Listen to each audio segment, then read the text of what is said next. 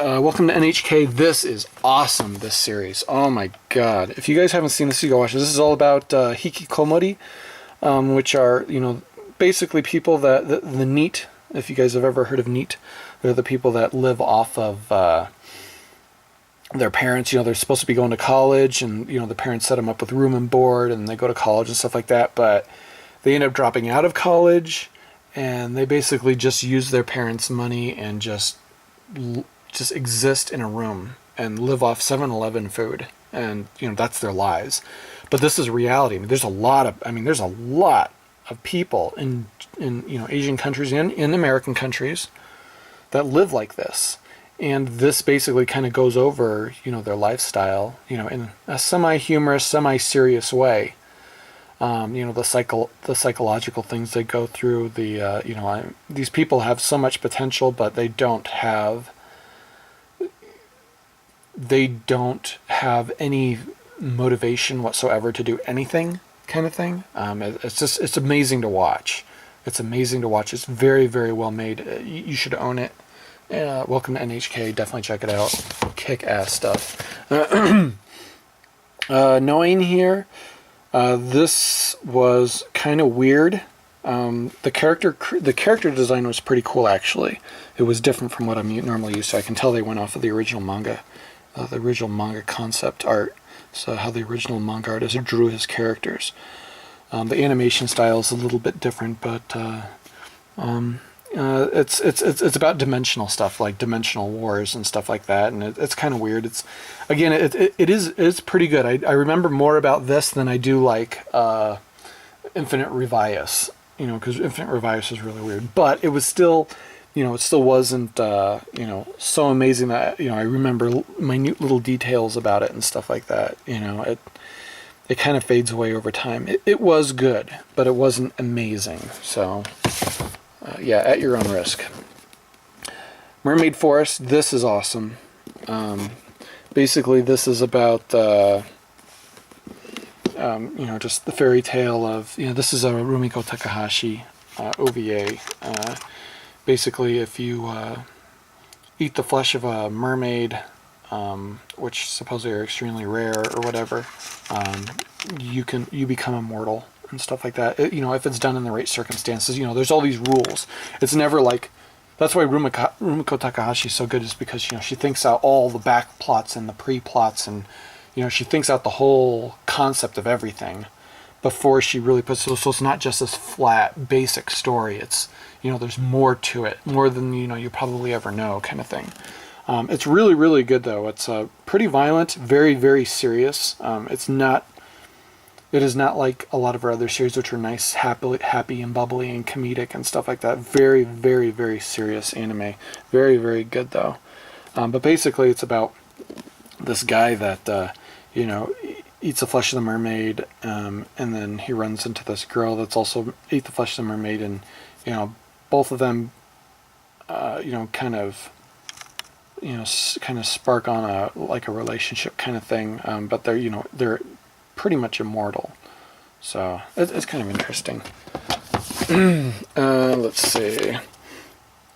Nurse Witch Komugi. I don't remember too much about this except for it being extremely sexual, and very, very over the top, as you can tell by the cover. So yeah, lots of crazy stuff, lots of sexuality. If you like that stuff. Spice and Wolf, masterpiece, without a doubt. The second one's a masterpiece too. God, Spice and Wolf is awesome. This one looked awesome. I think this is Blu-ray, actually. Is this Blu-ray? Yeah, this is the DVD and Blu-ray set. So yeah, so I watched this on Blu-ray and it was amazing. It looks so good. Oh God, I've seen, honestly, I have anime that they put on Blu-ray, old anime. It looks good, the cure looks really good and all that kind of stuff. But, they're still grainy and stuff. But, when you see a series that was made at that resolution and captured at that resolution, it is amazing.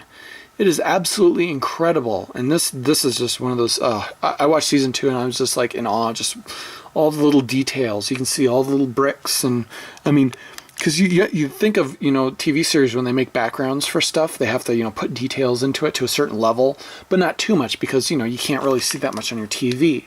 Well, when they make it HD, you can see all that stuff. You can see when they just, you know, swipe a paintbrush across it, or if they, you know, really put in some detail. So the backgrounds in this are amazing, and I'm just, you know, the story is really, really good, and it's amazing to watch, and it'll definitely keep you intrigued the whole time, but the backgrounds in this are just amazing to look at. I mean, they're like picturesque pictures.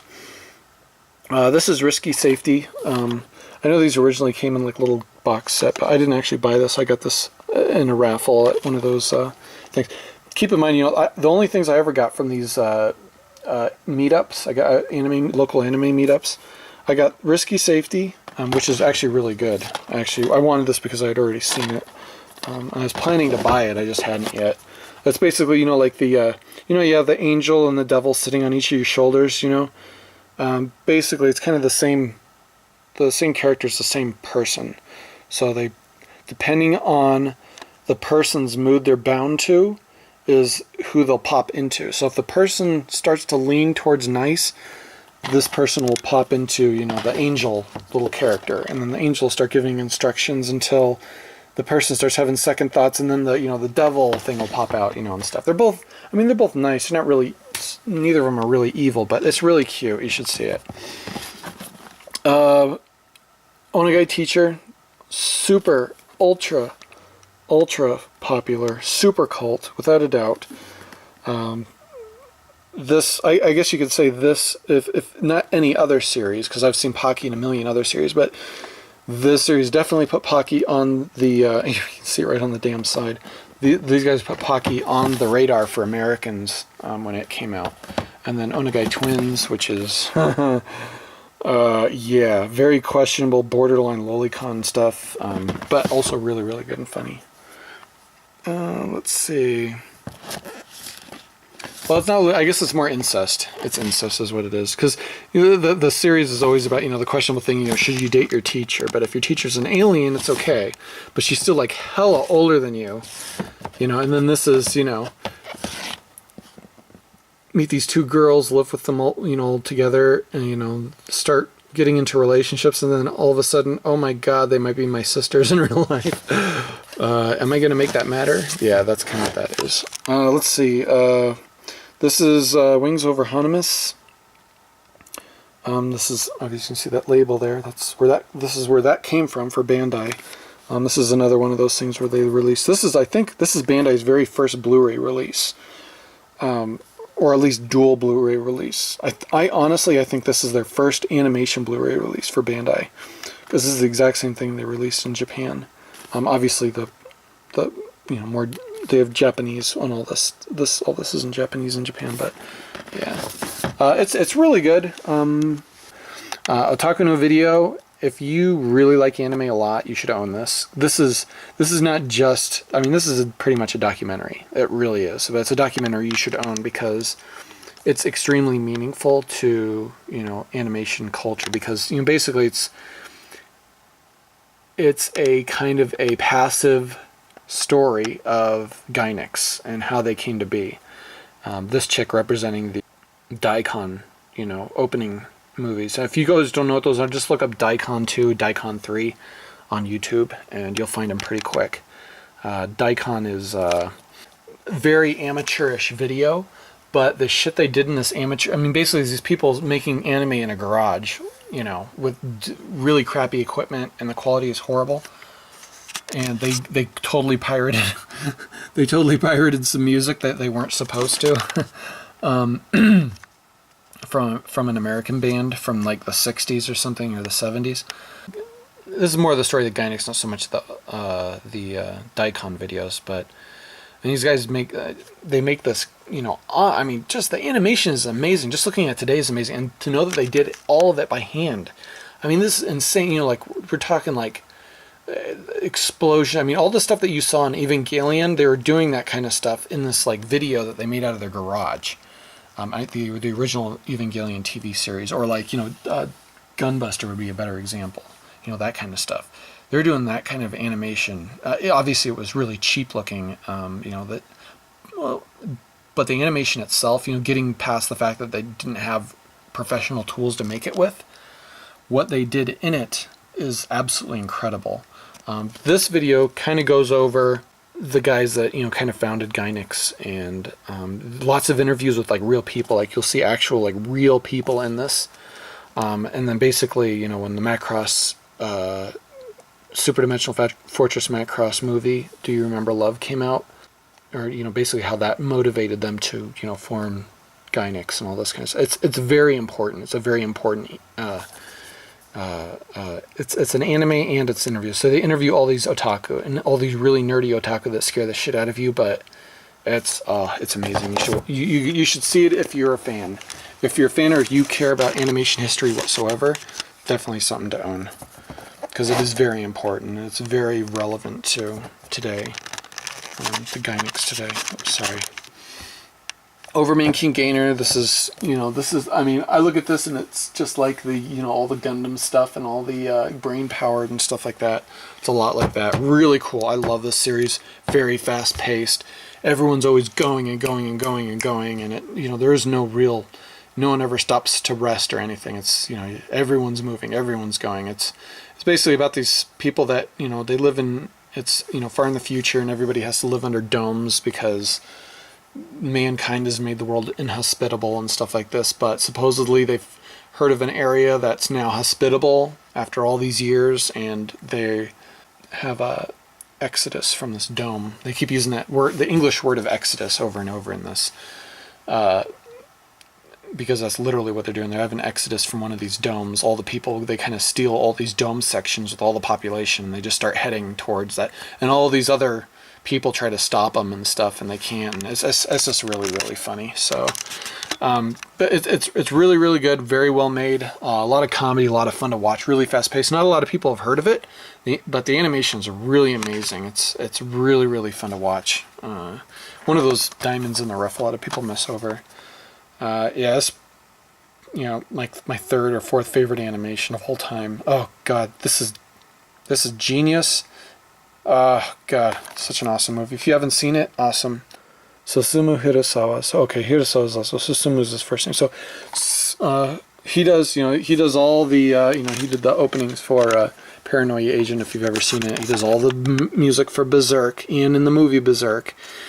He does a lot of the music for all of Satoshi Kon stuff, and obviously this is also a Satoshi Kon film.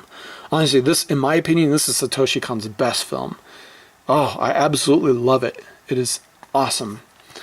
And he died not long after making this movie, which makes me really, really sad. If you don't own that movie, you should, if you like anime, because it is absolutely entertaining in every way. It is, oh God, it's an experience.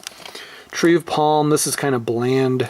It's kind of a cool post-apocalyptic story. It feels a lot like Kazu no Tani no Nausicaa, the world does, at least, but you know, it's kind of like an atomic boy trying to find his way in the world, and, you know, he's bound to, you know, a larger, you know, he's part of a larger picture of kind of what's going on and stuff, and, you know, you don't really, you know, it's kind of one of those slow discovery things. It's like a Pinocchio story. He discovers himself as he's going.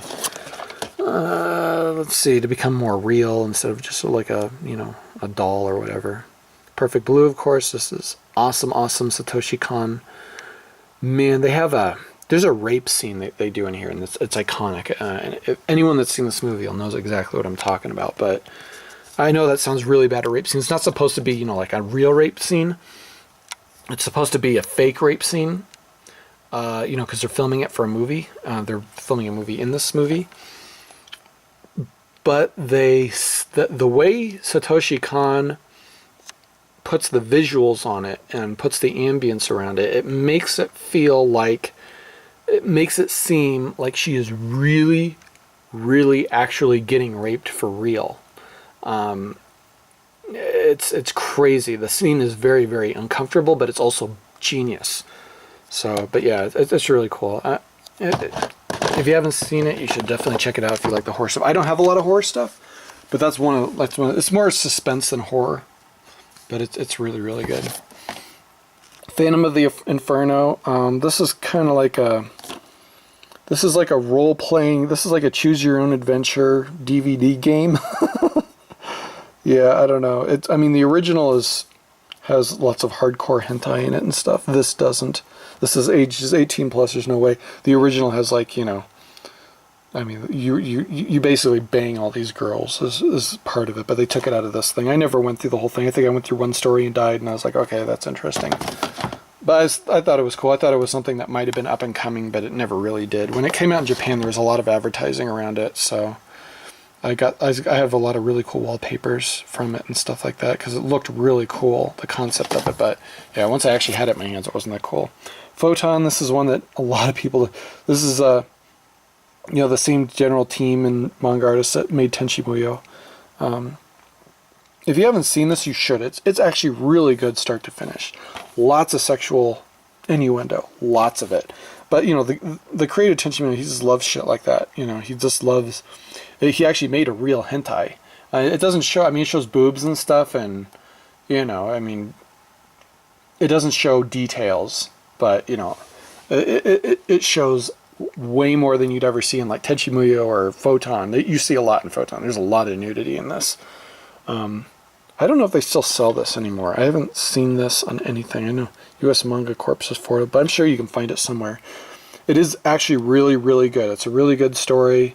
Yes, there's a lot of nudity. The characters are amazing. The voice actors are amazing in it. This is weird. I don't think I've ever seen anything like this. This is one of those things you usually see at one of those rare things they show at the animation, you know, when you go to conventions and stuff, they usually have these in the movie rooms. And you're like, what the hell is that? Planets. This is awesome. I love this series. This is super atmosphere, super ambience. The opening is awesome. The story is awesome. I loved every second of this series. I just love it. I was absolutely... Oh, God damn it. I got to start watching through you. I don't want you guys to see reflections all the damn time.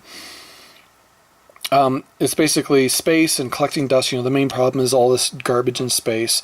This isn't that old, but there might be a lot of people that haven't heard of it yet.